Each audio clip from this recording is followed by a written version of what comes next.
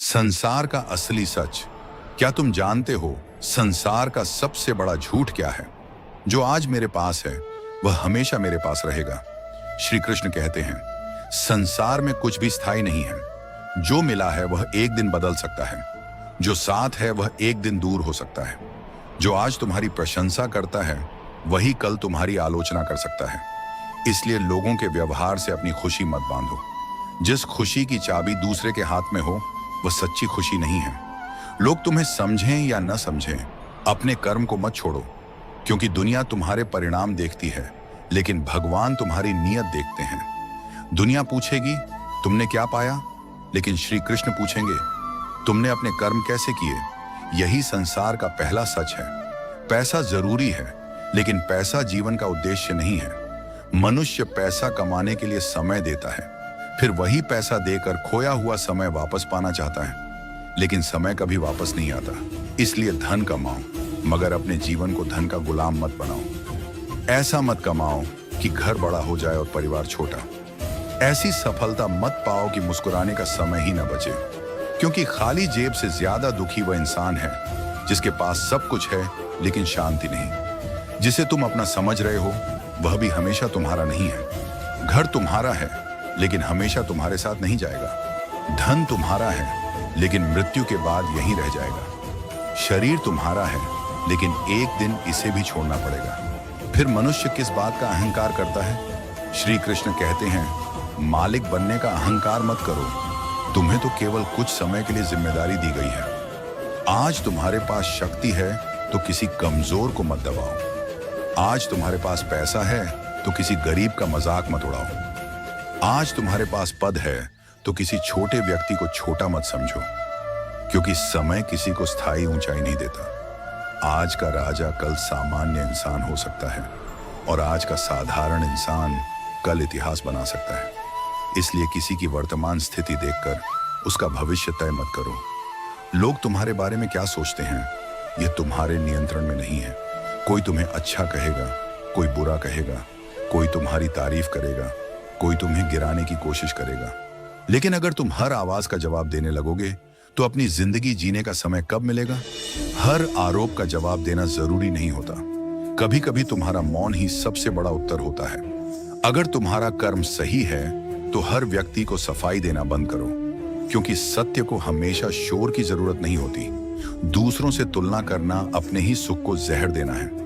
किसी के पास तुमसे ज्यादा पैसा है, ठीक है। किसी की जिंदगी तुमसे ज्यादा शानदार दिखती है, ठीक है। किसी के पास तुमसे ज्यादा सफलता है, ठीक है, लेकिन उसकी कहानी तुम्हारी कहानी नहीं है। पेड़ और नदी की तुलना नहीं होती, दोनों का काम अलग होता है। इसीलिए अपनी गति से चलो।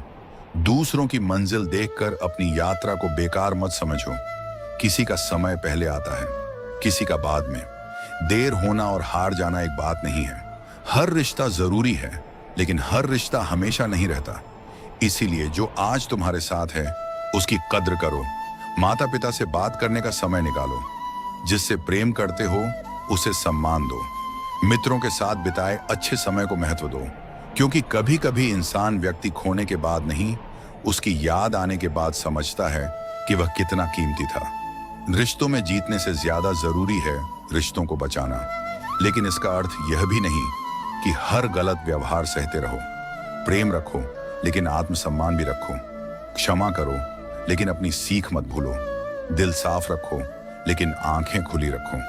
क्रोध में लिया गया फैसला अक्सर शांति के समय पछतावा बन जाता है। जब गुस्सा आए तुरंत जवाब मत दो, क्योंकि एक मिनट का क्रोध वर्षों का रिश्ता तोड़ सकता है। श्री कृष्ण का संदेश है जिसने अपने मन को जीत लिया उसने सबसे कठिन युद्ध जीत लिया।